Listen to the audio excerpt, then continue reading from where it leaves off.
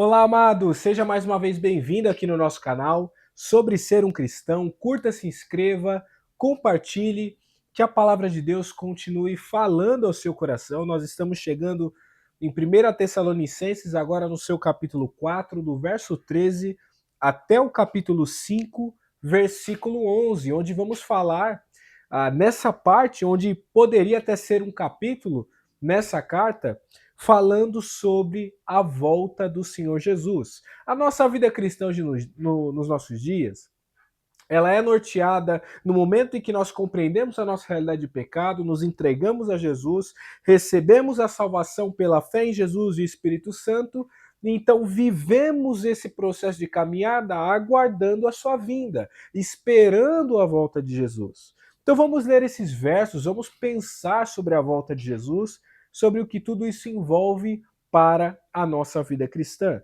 1 Tessalonicenses 4, no seu versículo 13, diz assim: Irmãos, nós não queremos que vocês sejam ignorantes quanto aos que dormem, para que não se entristeçam como os outros que não têm esperança.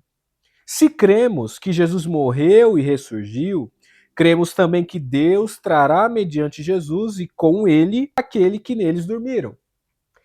Então Paulo já está dizendo para os irmãos em Tessalônica: olha, quanto aos nossos irmãos que estão morrendo, quanto a estes que creram em Jesus e partiram daqui para a eternidade, não quero que vocês se entristeçam, que vocês sejam ignorantes quanto a isso, porque existe uma esperança, existe uma fé, e é essa fé na volta do Senhor Jesus. Dizemos a vocês pela palavra do Senhor que nós, os que estivermos vivos, os que ficarmos até a vinda do Senhor, certamente não precederemos os que dormem. Pois, dada a ordem com a voz do arcanjo, ressoar da trombeta de Deus, o próprio Senhor descerá dos céus, e os mortos em Cristo ressuscitarão primeiro. Depois nós, os que estivermos vivos, seremos arrebatados com ele nos ares, para o encontro com o Senhor nos ares. E assim estaremos com o Senhor para sempre. Consolem-se uns aos outros com essas palavras. Então existe uma esperança para nós que ela é muito real, ela é muito firmada na palavra de Deus. Existe um momento onde aos que estiverem vivos, no caso eu e você hoje, o Senhor Jesus descerá dos céus, com a voz do arcanjo, a trombeta soará, os mortos ressuscitarão primeiro e nós, os vivos, seremos transformados nos ares à semelhança do Senhor Jesus. E todos nós, então, vamos caminhar nessa volta a Jesus para o reino com ele. E eu nem quero entrar nessa discussão na questão de Apocalipse sobre ser pré-tribulacionista, ser pré-milenista, ser amilenista. Não é nosso foco aqui nesse vídeo, é focarmos no fato. Jesus vai voltar. Até porque todas essas visões da linha teológica do que acontece em Apocalipse, da linha do tempo teológica do que acontece em Apocalipse, elas vão então caminhar com essa mesma certeza. Jesus volta. Jesus está voltando.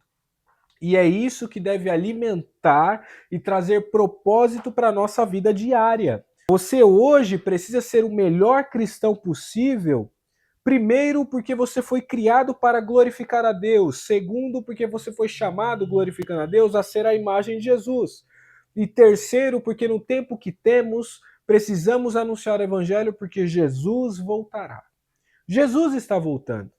E essa é a nossa esperança, é isso que devemos nos apegar, e não às coisas desse mundo, e não nos perdermos nos valores desse mundo. Paulo vai dizer: consolem-se uns aos outros. E aí os irmãos estavam tendo muitas percas, né?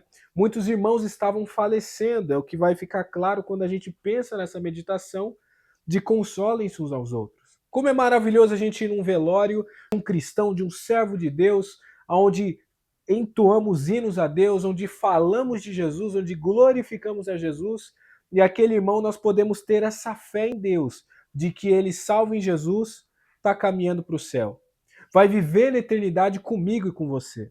Como é maravilhoso isso e como é triste essa desesperança daquele que escolhe viver sem Jesus, das famílias que escolhem viver sem Jesus.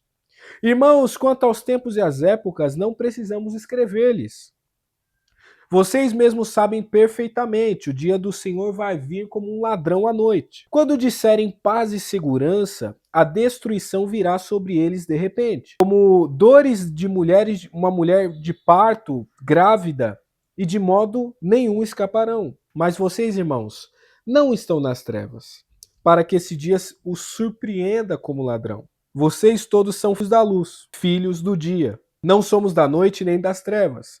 Portanto, não durmamos como os demais, mas estejamos atentos, sejamos sóbrios. Pois os que dormem, dormem de noite, os que se embriagam, embriagam-se de noite. Nós, porém, que somos do dia, sejamos sóbrios, vestindo a couraça da fé e do amor e o capacete da esperança da salvação. E aí, Paulo está trazendo um alerta para os irmãos. Paulo está dizendo, irmão, Jesus vai voltar. O que isso traz para a nossa vida diária, para o nosso dia a dia? Nós precisamos viver como quem é do dia, como quem vive na luz, porque nós somos chamados para ser luz do mundo, para ser sal nessa terra. E nós precisamos, como filhos da luz, viver então nessa espera, tomando todo o cuidado possível, sendo vigilante, sendo sóbrio, porque o Senhor Jesus voltará e ele recompensará cada um segundo a sua obra. Aleluia! Nós precisamos ser sóbrios. Precisamos estar aguardando, esperando, ansiando por esse dia.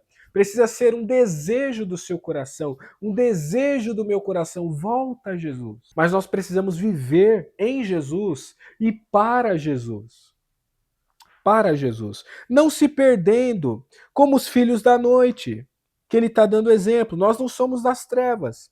Precisamos vigiar. Precisamos viver em sobriedade, atentos. E aí Paulo vai falar para os irmãos vestirem a couraça da fé, o capacete da esperança da salvação. Isso me lembra Gálatas 6, então, quando ele vai falar ali sobre a armadura de Deus, né?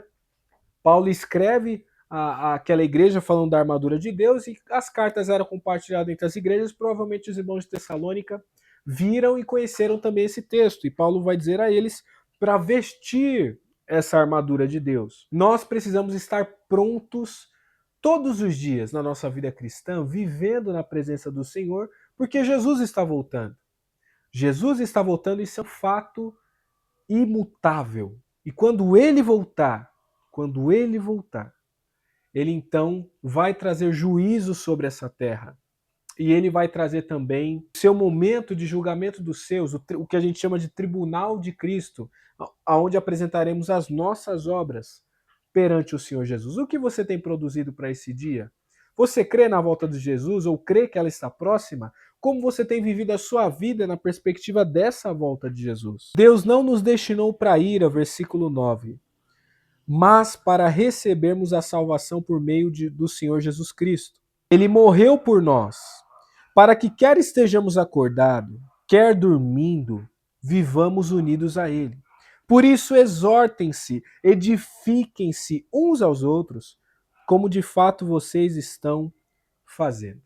Então Paulo ele vai concluir dizendo o propósito, Deus nos destina a salvação por meio da graça de Jesus e nessa salvação nós precisamos viver e morrer, mas unidos a Ele, unidos em Jesus. Nós não podemos perder o nosso foco.